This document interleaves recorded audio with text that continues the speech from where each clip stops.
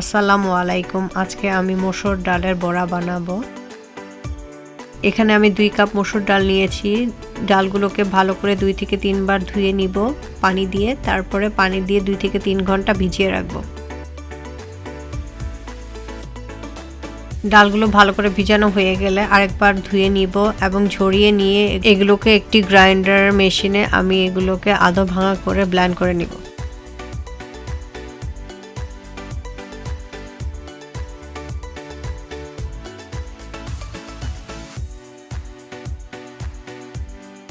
এখানে আমি half cup পেঁয়াজ কুচি দিয়ে দিব,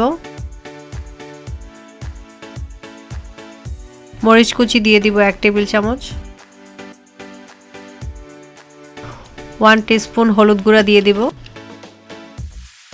হাফ টিস্পুন মরিচ গুঁড়া দিয়ে দিব, স্বাদ মতো লবণ দিয়ে দিব, 4 টেবিল চামচ ধনেপাতা কুচি দিয়ে দিব।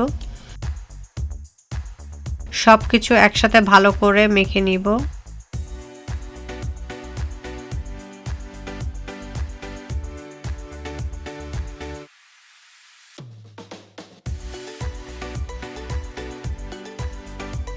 একটি কড়াইতে পর্যাপ্ত পরিমাণে তেল নিয়ে নিব, কারণ আমি বড়াগুলো ডুবো তেলে ভাজব। তেলটা ভালো করে গরম হয়ে গেলে তাতে একে একে ডালের বড়ার শেপ দিয়ে তেলে দিয়ে দিব।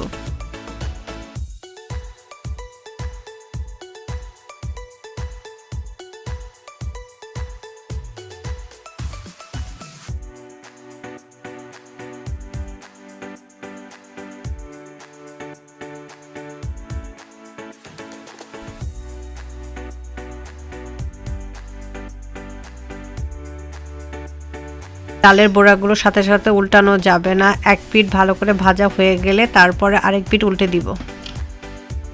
ডালের বড়াগুলো 2 পিঠ ভালো করে ভাজা হয়ে গেলে মচমচে হওয়া পর্যন্ত ওয়েট করব। ডালের বড়াগুলো মচমচা হয়ে গেলে তারপরে উঠিয়ে নিব।